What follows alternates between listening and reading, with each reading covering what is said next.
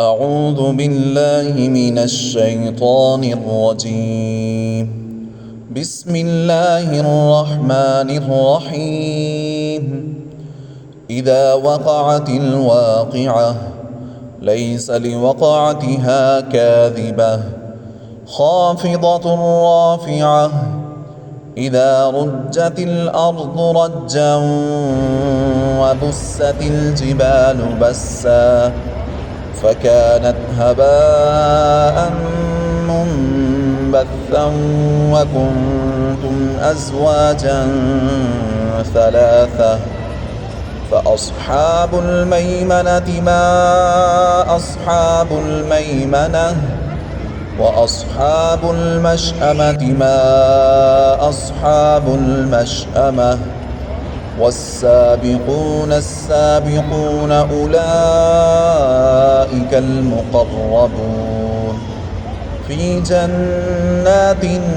النعيم ثلة من الأولين وقليل من الآخرين على سرر موضونة متكئين عليها متقابلين يطوف عليهم ولدان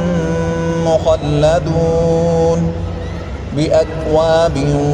وأباريق وكأس من معين لا يصدعون عنها ولا ينسفون وفاكهة مما يتخيرون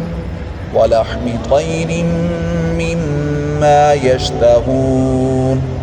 وحور عين كأمثال اللؤلؤ المكنون جزاء بما كانوا يعملون لا يسمعون فيها لغوا ولا تأثيما إلا قيلا سلاما سلاما وأصحاب اليمين ما أصحاب اليمين في سدر مخضود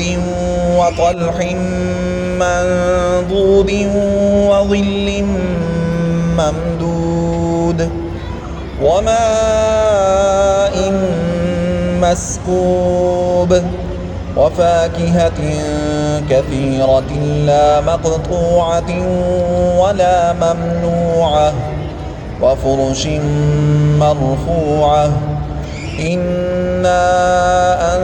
أنشأناهن إنشاء فجعلناهن أبكارا عربا أترابا لأصحاب اليمين ثلة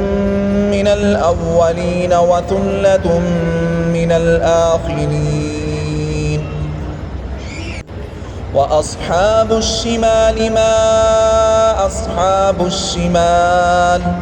في سموم وحميم وظل من يحموم لا بارد ولا كريم إنهم كانوا قبل ذلك مترفين وكانوا يصرون على الحنث العظيم وكانوا يقولون أإذا متنا وكنا ترابا وعظاما أإنا لمبعوثون أو آباؤنا الأولون قل إن الأولين والآخرين لمجموعون إلى ميقات يوم معلوم ثم إنكم أيها الضالون المكذبون لآكلون من شجر من زقوم فمالئون منها البطون فشاربون عليه من الحميم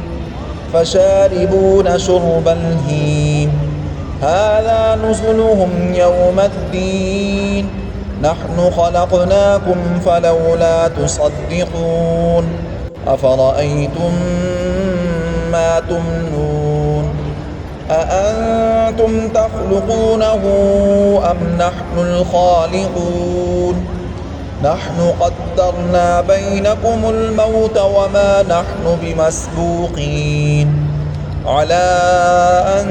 نبدل أمثالكم وننشئكم فيما لا تعلمون ولقد علمتم النشأة الأولى فلولا تذكرون أفرأيتم ما تحرثون أأنتم تزرعونه أم نحن الزارعون لو نشاء لجعلناه حطاما فظلتم تفكهون إنا لمغرمون بل نحن محرومون أفرأيتم الماء الذي تشربون أأنتم أنزلتموه من المزن أم نحن المنزلون لو نشاء جعلناه أجاجا فلولا تشكرون أفرأيتم النار التي تورون أأنتم أنشأتم شجرتها أم نحن المنشئون نحن جعلناها تذكرة ومتاعا للمقوين فسبح باسم ربك العظيم فلا أقسم بمواقع النجوم وإنه لقسم لو تعلمون عظيم إنه لقرآن كريم في كتاب مكنون لا يمسه إلا المطهرون تنزيل من رب العالمين أفبهذا الحديث أنتم مدهنون وتجعلون رزقكم أنكم تكذبون فلولا إذا بلغت الحلقوم وأنتم حينئذ تنظرون ونحن أقرب إليه منكم ولكن لا تبصرون فلولا إن كنتم غير مدينين ترجعونها إن كنتم صادقين فأما إن كان من المقربين فروح وريحان وجنة نعيم وأما إن كان من أصحاب اليمين فسلام لك من أصحاب اليمين وأما إن كان من المكذبين الضالين فنزل من حميم وتصلية جحيم إن هذا لهو حق اليقين فسبح باسم ربك العظيم.